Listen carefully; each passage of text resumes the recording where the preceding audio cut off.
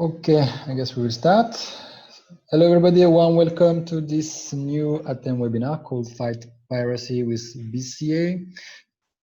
The reason of this webinar today is, as you know, consumer demand for premium content and especially live sports is booming nowadays, and adoption of new technologies is growing exponentially. Therefore, it's creating a very perfect environment for piracy. And piracy, as you will see, is big and it's costing a lot. And it's a real growing problem for content owners and distributors, and this all over the world. So BCA has been developed with ATEM in partnership with EBU to help and fight back against this piracy. My name is David Jarbolet. I'm in charge of business development for APAC, and I'm currently based in Singapore. I will be acting as the moderator today for this session. To talk about this topic, I have with me two presenters. The first one is Julien Mandel. Julien Mandel is our contribution segment marketing director at ATEM. He's in ATEM family since quite a long time now, since 2001.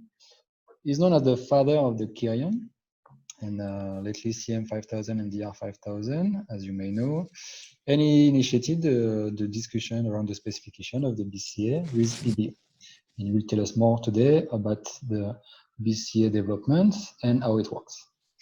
I also have with me Nasser Lawar, who is a senior project manager for special projects at Eurovision Services.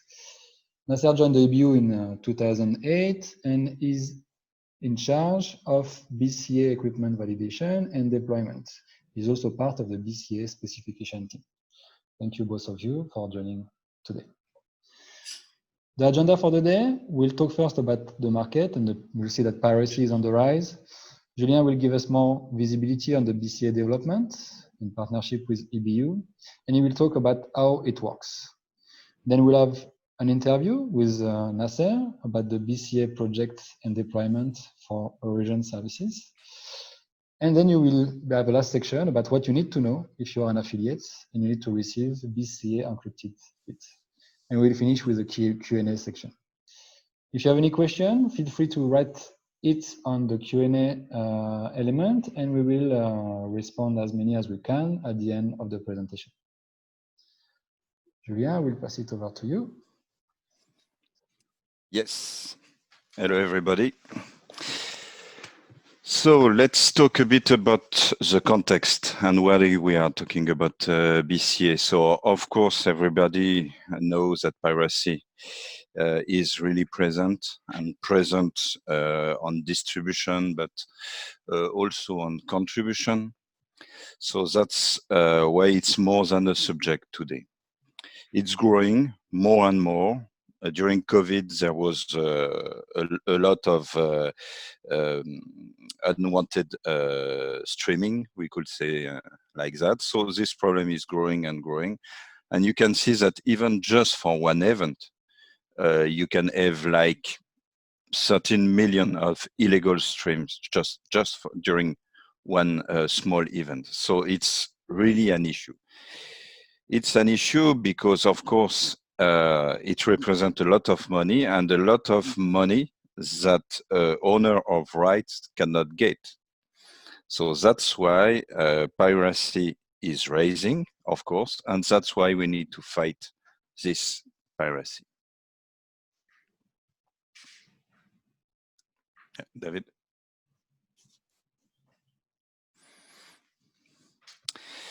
So piracy, we saw that it's the context, but today, what do you have to fight piracy?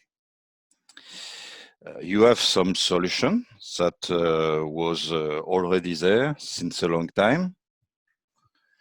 For instance, we all know BIS1, BIS-E.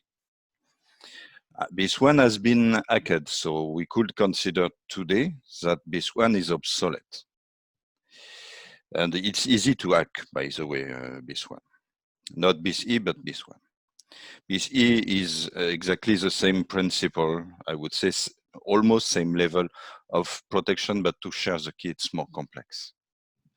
It's also an issue regarding the operation, because you have to test your feed in advance. So you have proprietary solutions We know them based on encryption, on modulation, for instance, or Director 5, which is a proprietary solution. But this type of solution limits the flexibility. They are good enough, I would say, of course, regarding security. Even not so much, in fact, because Director 5 was hacked 3 years ago. So, but the issue is that when you have a proprietary solution, when you have an issue like hacking, you cannot make it progress easily because you rely only on one company which is doing that.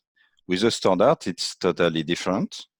You've got different competitors that can make him progress. So having a proprietary solution is really an issue.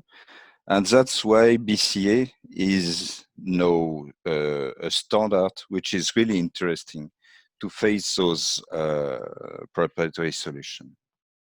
I would not say replace, but I will say give an alternative to proprietary solution.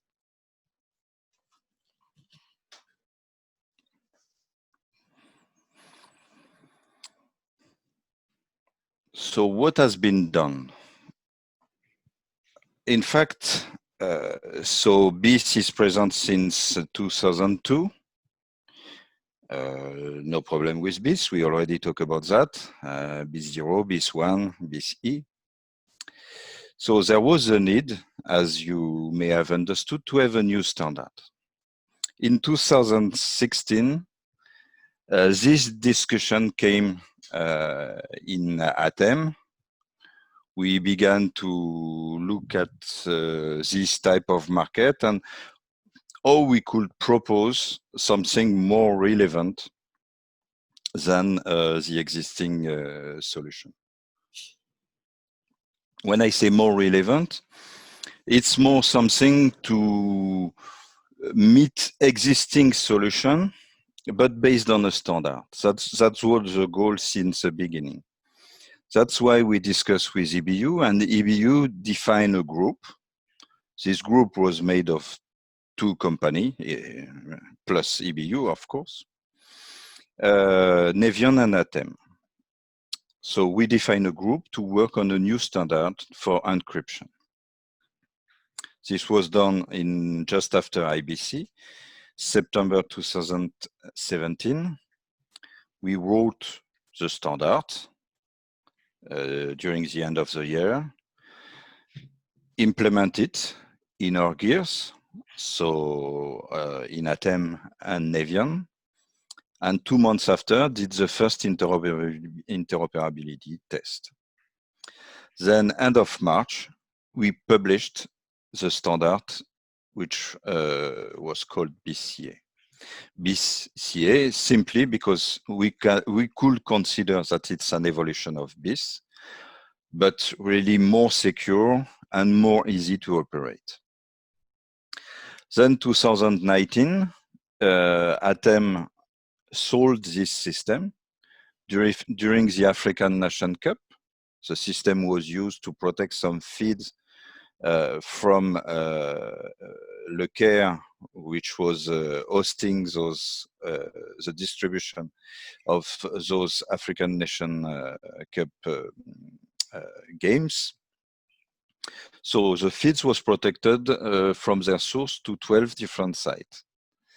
And during the summer, BT bought the system to protect all their feeds from the stadium to their HQ, which means that today, this season, of course, it has been impacted by COVID, of course, but since the beginning, during the season, all the feeds was protected using BCA. IMG, which is looking at that, of course, just bought 2 licenses to receive, for instance, the BT feeds in their office. So IMG is Premier League. Then end of November, Eurovision announced that they will use BCA in 2020. And that's what has been recently announced in April, that it will arrive really soon because now they are ready to support BCA. And that's why we are doing this seminar. Just to give you an idea, because we are talking about BCA, but what we want to show is also the impact that ATEM has had, and of course EBU, has had on this standard.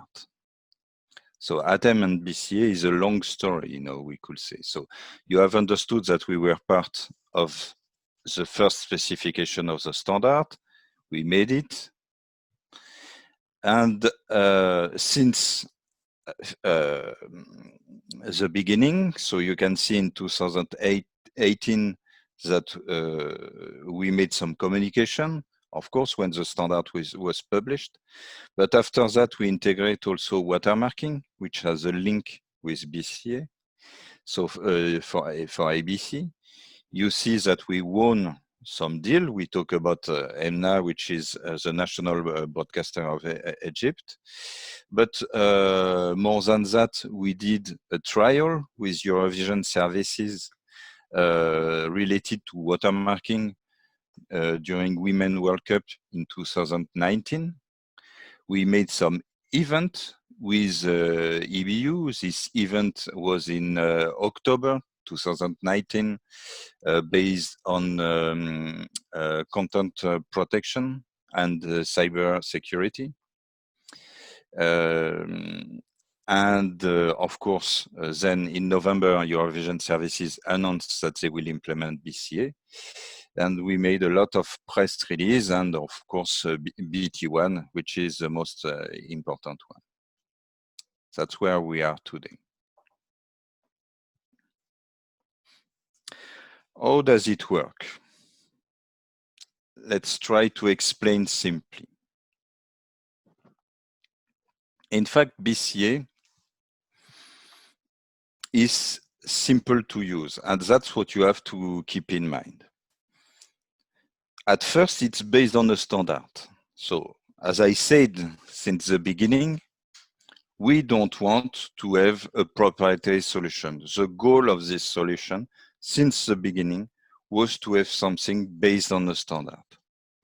How does it work? Simply, we have published everything. So the security, of course, of the system is based on private key. I will come back to that. But except those private key, which are generated by the content owner, all the formula, everything is published. So everybody can implement it.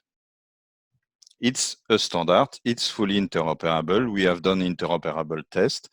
All the competitor solution and so on have also been tested, and it works for interoperability. There is absolutely no issue. Second point, it's really secure. How are we doing that? Simply because we are talking about 128 bits regarding the encryption. So today the system like BIS was more 48 bits regarding the encryption, DVB-CSA1. So we go up to DVB-CSA3. In fact, we use DVB-CISA, which is more interesting because it's free of patents and it's easy to implement in software. So it's more future-proof. So 128 bits regarding the encryption, we are covered for a long time regarding the hacking. But more than that, we are changing the key dynamically, the encryption key dynamically, down to each 10 seconds.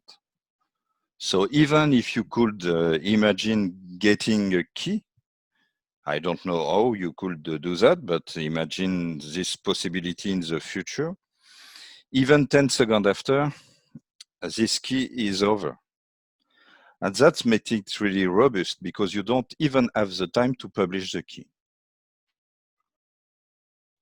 Last point, which is also really important, it's really simple. You will see, as an affiliate, you will have nothing to do.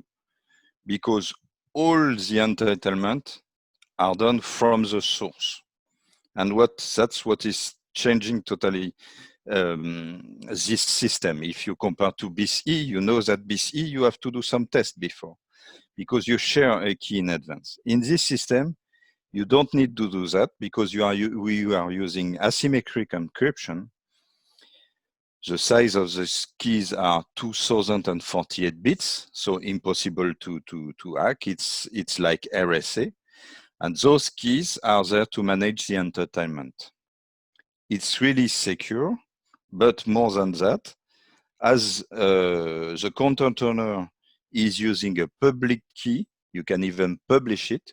You don't care because to decipher, to decrypt, you need public plus private, and private is hidden. So it makes it really secure and easy to operate. Even no management system.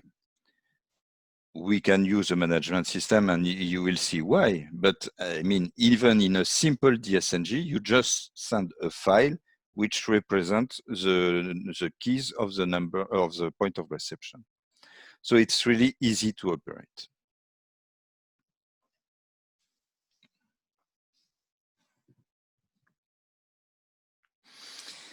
So that's in this synoptic, you will see how it works. So we can use Kirion, CM5000, or IRDs like DR5000, but also other gears like Titan.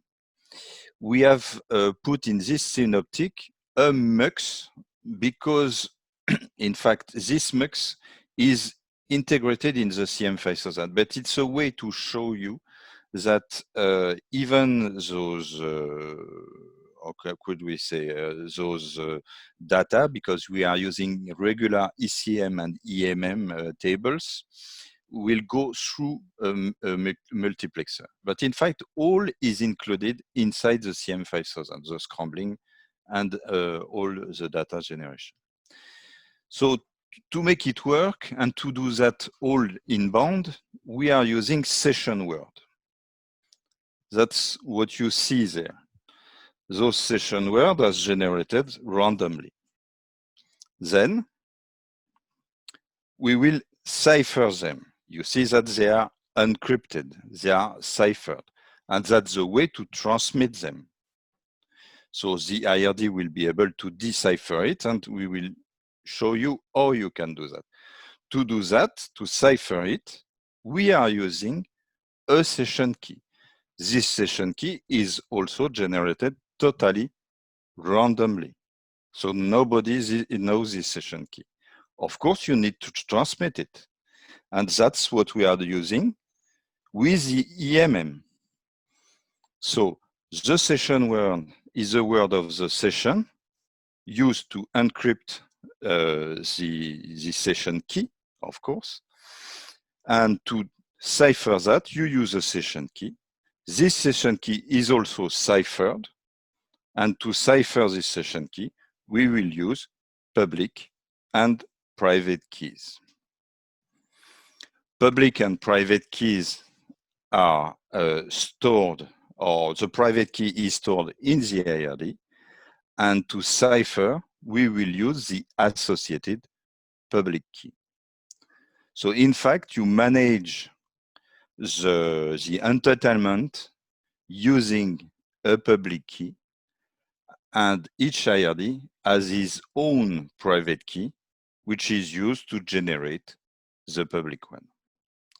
So it makes it totally simple and secure, because the only thing that, or the only key that you can see is a public key. Private key is stored inside the IRD. Nobody knows it except the content owner. And that's the only key that you know. And as I said, 2048 bits. All other keys are ciphered and transferred inbound. That's how it becomes simple to operate and really secure.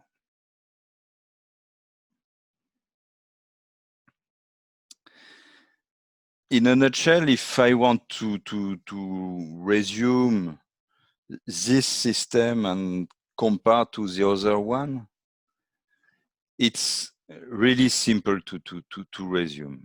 I've got 3-4 points.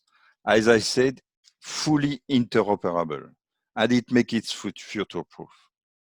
I don't know if today we are using 128 bits, but if tomorrow you want to go to 256, it's easy to do it. In fact, it's really easy to modify. And by the way, we are working on evolution, but that's more linked to watermarking. So it's totally future-proof. It's royalty-free. You are not linked to a vendor, which means that the price of this solution will be defined by the market. The most competitor you have, you will have a price for this solution. You are not stuck to one vendor. It's really secure. That's the second point. We are talking about encryption at 128 bits, and those keys are revoke or change down to each 10 seconds. So really secure also. All that is transmitted inbound, but ciphered. So impossible to decrypt and decipher. Simple, as I say, really simple, because you can change the write easily. All is done inbound. You can revoke or add IRDs dynamically. And that's what is making this solution really interesting, because even without a management system, if there is a leak, for instance, if one feed is leaking, you can easily detect it using watermarking solution, for instance, and revoke it, because from the source you control everything. And also scalable, as I said, we can add some watermarking possibility that's already in the standard. It's not mandatory, but it's a possibility to enforce this type of solution. And we can run up to 10,000 IRDs, and you see the overhead of bitrate that you will have, it's really not so much. So interoperable, secure, simple, and scalable. A short demo. You can see what we have there. Carrion, of course, the scrambler is inside. BCA has been configured to manage up to 5 IRDs. In this demo, you will see only one IRD, one DR5000. And the goal of the demo is to enable or disable the rights of these IRDs. So you see a CM5000 and the DR5000. You see the thumbnails to show the video which is running. And then we will go into the encoder menu, choose the BCA menu. And here you have 1 to 5 IRD, and I will say all except one. And you will see immediately that the DR5000 will lose the possibility to descramble. It's almost immediate. When I put IRD1, as this IRD is IRD1, it will come back to live immediately, in fact. So changing the state from probing to decoding, it means that he's got now the right back to decode. If I say it's IRD2, then of course IRD1 will lose the rights. And that is fully seamless for the others. Of course, as you have only one IRD, you cannot see that it's seamless, but the others will continue. And then I go to all IRD, and all IRD will come back to life. So in fact, you see how it is simple from the source to manage different IRDs and to enable the rights of those IRDs. Really simple.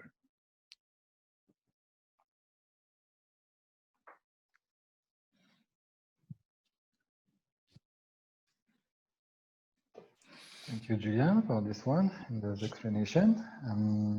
So You if are you guys welcome. have any question, we can respond at the end of the presentation.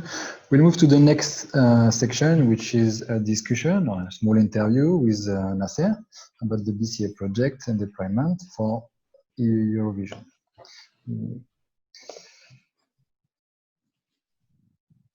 So hello, Nasser. First of all, thank you very much for joining us today. You're welcome. The first question we'll have is maybe just an introduction about you and about Eurovision services.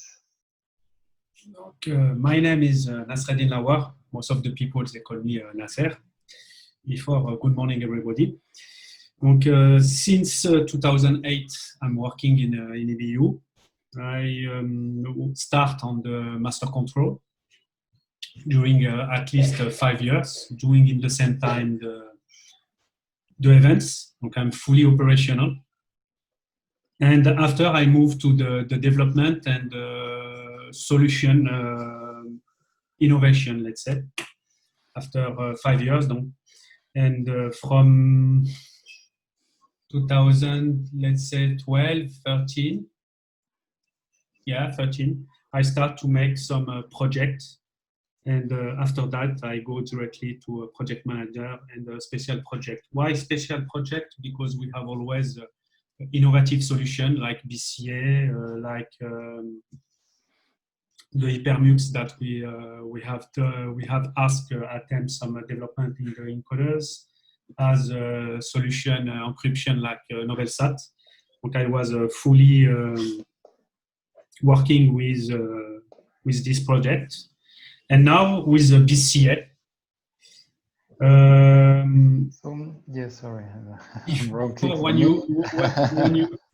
Sorry, when you show the map, David.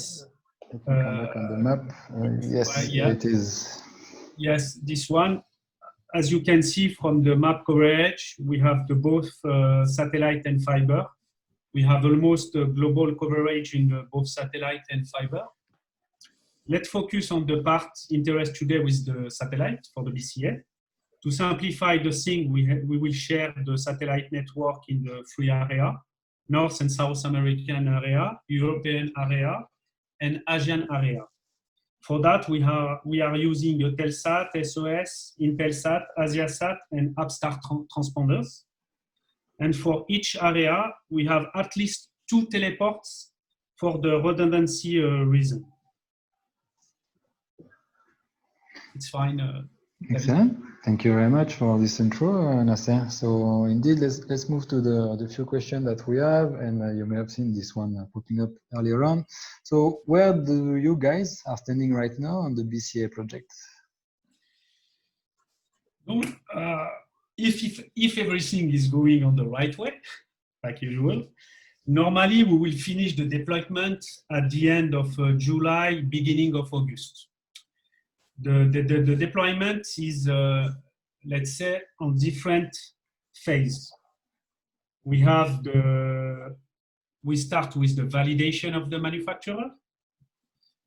We have the NMS deployment, because currently when you will start with BCA, for us, if you have 1,000 or even more broadcaster, we need to have an NMS, because it's not something that you are able to do it manually, but it will be too much complicated.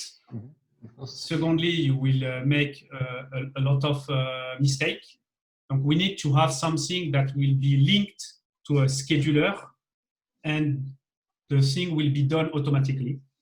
And after, you have the phase of the test with the broadcaster in order to validate the whole implementation that was done on their side. Okay, that makes sense. Which actually leads me to the second question. Could you be able to share a bit more details on the implement process right now?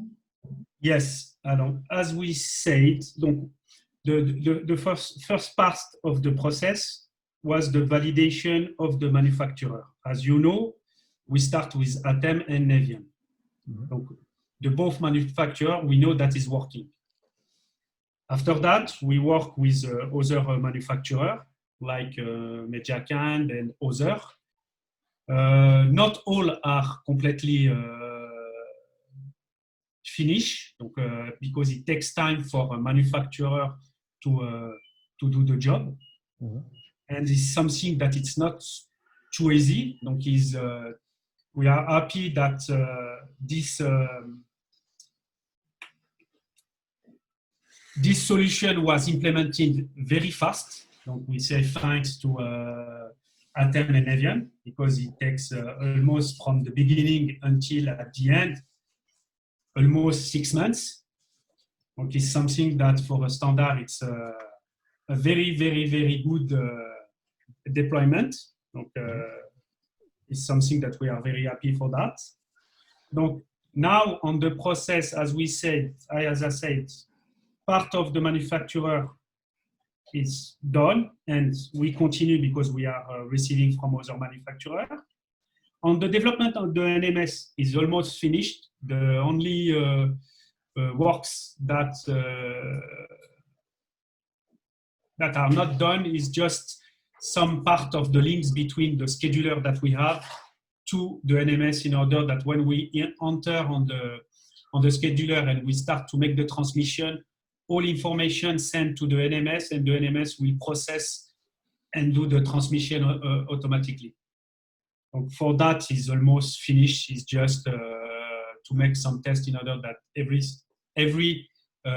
workflow that we have, because the process depends also on the workflow, because we have some workflow that will start from the SNG for the BCA.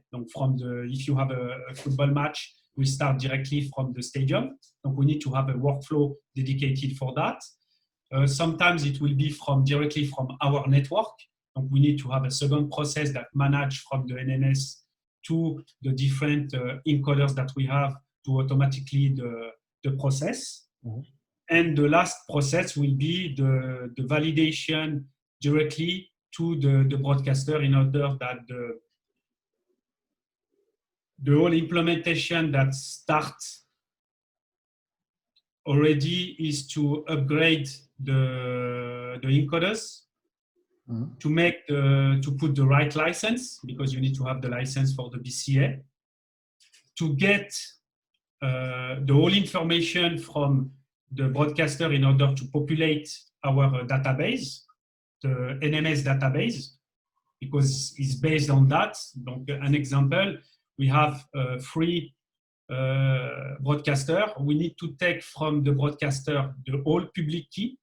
It was mentioned before, Julien, that the public key is public. We need to take it, populate on our database. Like that, when we have these 3 broadcasters involved on one transmission, the NMS process that will take the public key, make a file, send to the encoders, and will encrypt from that, in order that the broadcaster that will receive the public key will be able to decrypt the transmission. Let's say that we are very, very close to the whole process, as I said, at the end of July, beginning of August, with the whole test, in order to all people will be happy. Yes, coming soon, absolutely. So you were mentioning Atem earlier on. So why did you choose Atem as one of your preferred vendors? It's historic. As I said, I started 2008 in the EU, and I start with Atem 2010, when we start with UEFA for the Champions League. And at this time, Atem was the only manufacturer that helped us in order to propose and provide in our solution a system based on the, let's say, CBR transmission with video VBR. Meaning that with our software that we have developed to manage, to add and remove services without to impact the services that are working, like a StatMux for people that they have a permanent distribution in the satellite. So this is something that, first of all, we start with ATEM. Mm-hmm. Secondly, they are recognized among the best in the field of the compression. ATEM is one of the best. We know that. So this is something that is very important. Also, they are very reactive. They are always listen closely to our different requests. And this is something that is very important. I give you an example. When we see that this one was hacked, we decided to make something in order to help to resolve this issue, because this one is at least 5 minutes in order to be hacked.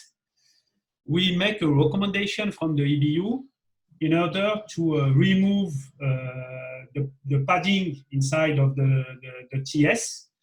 And ATEM was the only one, as far as I know, that was implementing on their encoder this recommendation from EBU. Mm. Donc, there is a lot of, let's say, argument, and it's very nice and easy to work with them. This is something for me, it's very important. When we work with whatever the domain, when you are working with someone else, you need to have the trust. And this is something that we are very sensitive in EBU, to be focused on trust, responsiveness, listen, and work together. There is no client and, let's say... no partnership, right? It's partnership, yes, clearly. Yeah, this is for me fundamental. When you are in the same boat, if the boat has an issue, it's for the both. When we are happy, it's for the both. Absolutely, glad to hear that. And the last question I will have for now is, you're in charge of certification validation, right, of the equipment. How do you do that today? And how is ATEM present in your process of validation and certification? As ATEM was the first with Navion developing from 2 years ago now the BCA, I know that the equipment that I have, first of all, at EBU, the only one that we have in terms of encoders currently is ATEM. Mm-hmm. Okay, donc it's something that is very important. Then the encoder side is my etalon, let's say. This is someone that I trust 100%. After that, we have the encoders also. We need to have, in order to validate the different scenario, because as you know, the broadcaster are different kind of decoders, Mediacam, ATEM, Harmonic, and so on, so on. So, in order to validate the different equipment that I have now and receive after, because the manufacturers are implementing more and more PCA. My etalon is CM5000 for the encoders and DR5000 for the decoder part. Mm-hmm. So, as Julien showed you before, you have the encoders that you make a different public key that is coming from a different manufacturer, donc ATEM and other. And based on that, I verify that, first of all, between the same manufacturer, encoders and decoders are working. For the moment, it's difficult because I have only ATEM that are certified for the encoder part. So what I do is CM5000 to the decoder from the manufacturer. Mm-hmm. That I verify that the whole mechanism of BCA is working with the option of the BCA, even watermarking or even the different options that are on the BCA. First of all, I start to work to see if everything is working perfectly. And after that, I will add the DR5000 in order to check also the different workflow, because in order to validate the option on the BCA, I give you an example. If I have the CM5000 sending the BCA transmission, I put the manufacturer.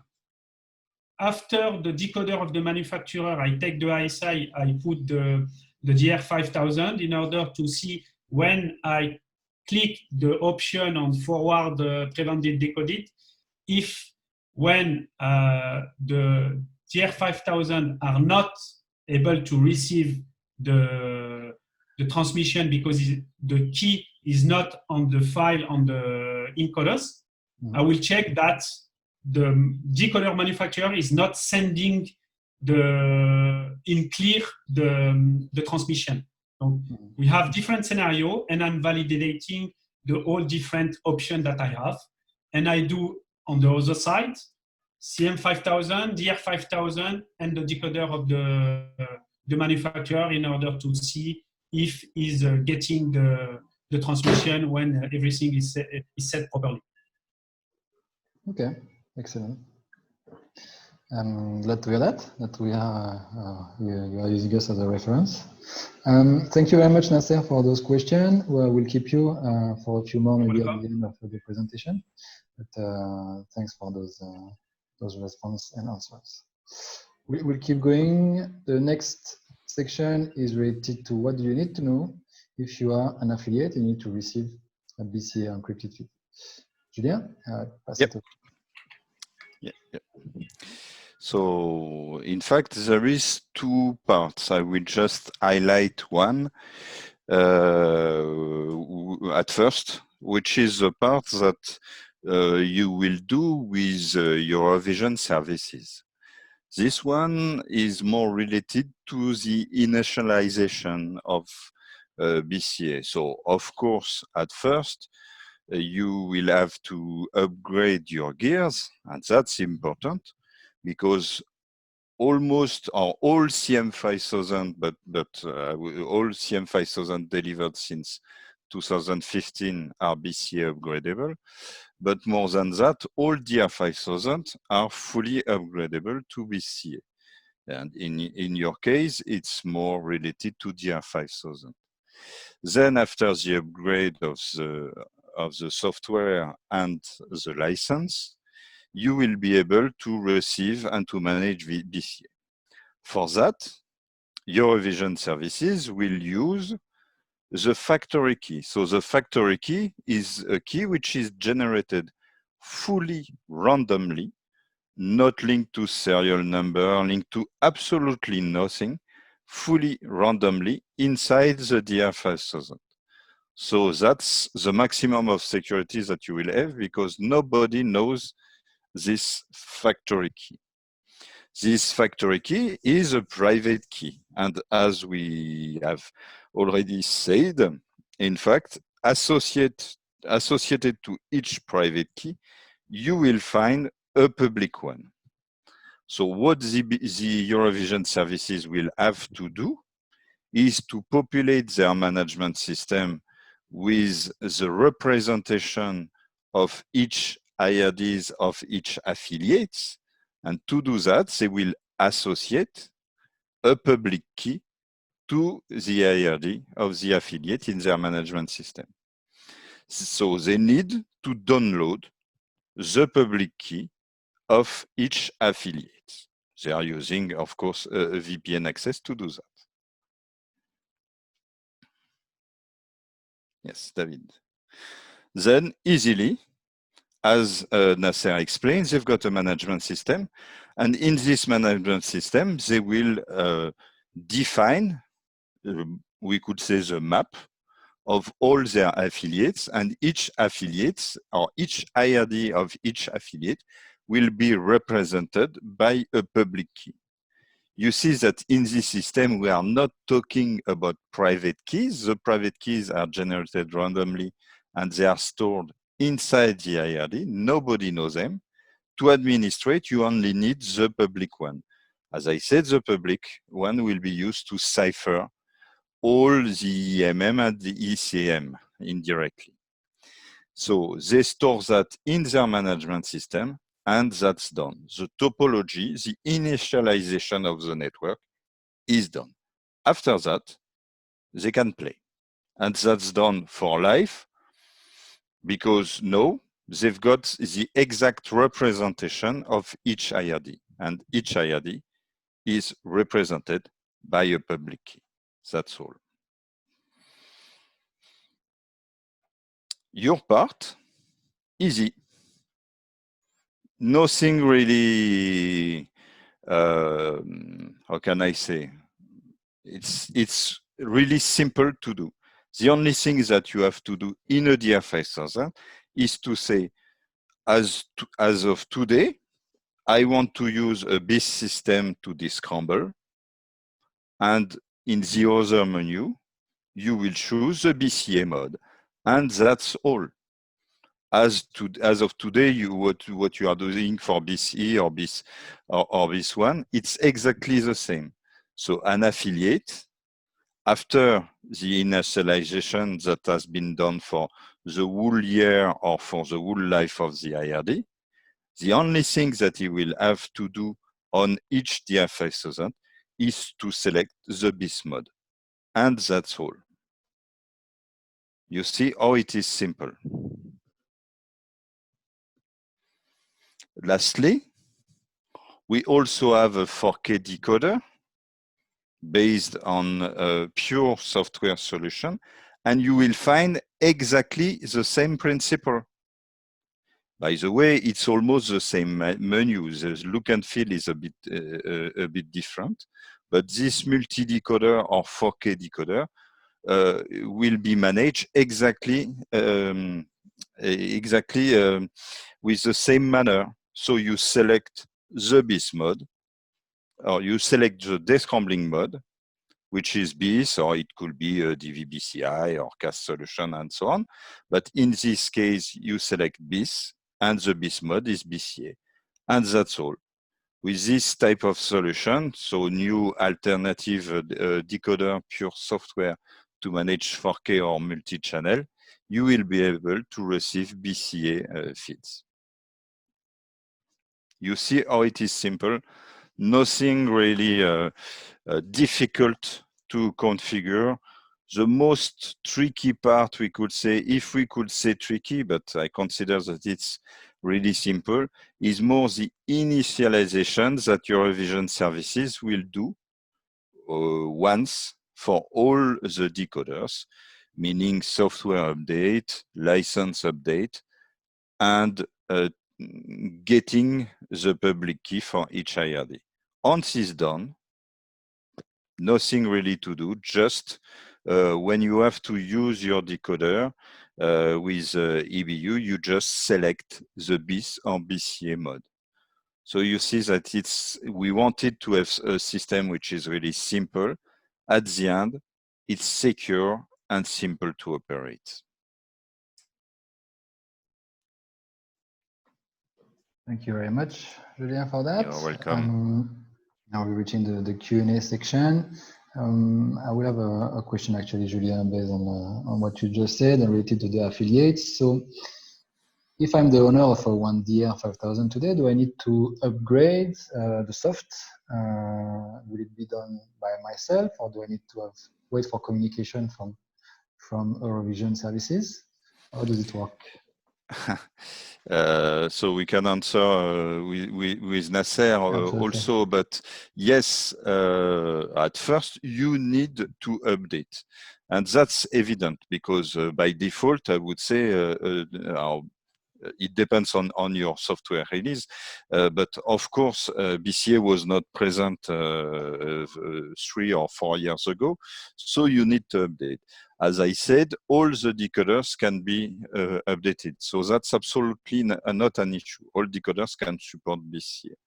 So you need to update, and you need a license. By the way, the license is also protecting the BCA system.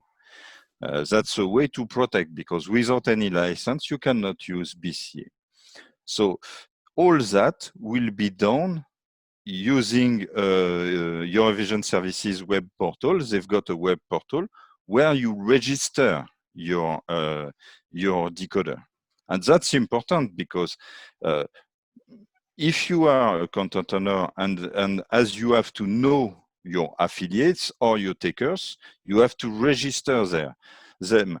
That's why you need to know the type of release that they are using, and you will use only one release for all your park of affiliates to avoid having different behaviors and so on. So EBU as, or Eurovision Services more, as a release which is identified, a set of license also.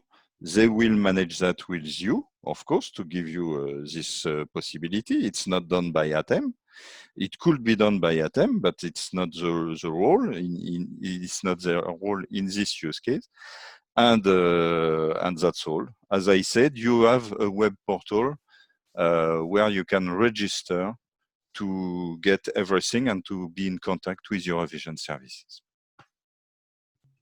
Julian, if I may, all affiliates that working with EBU will receive some, let's say, a paper in order to explain how you will register on the web portal, what will be the request asking to the affiliate serial number,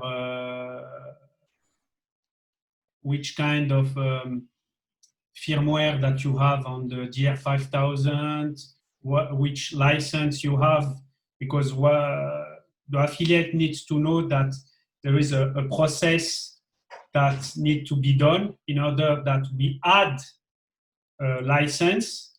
But when you add license, you need to keep the license that you have before.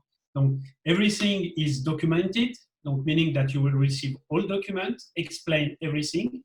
You will have a phone number and email address in order to ask any question. So we have, during the deployment phase, we have already documented everything in order to be easy for the affiliate to do the upgrade to the license that we have.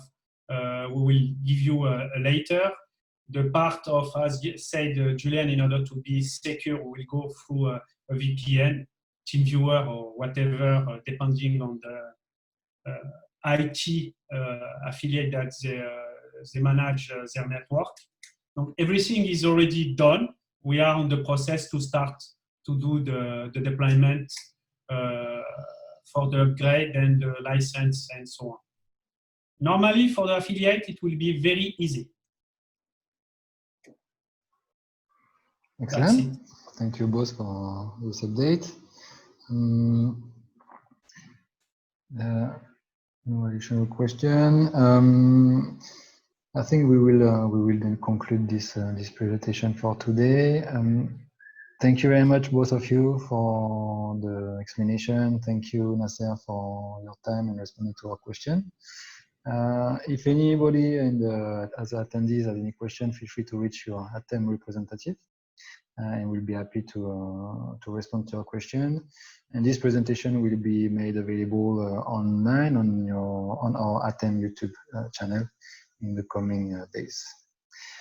So once again, thank you very much. I wish you, wherever you are, a good day, and see you around soon.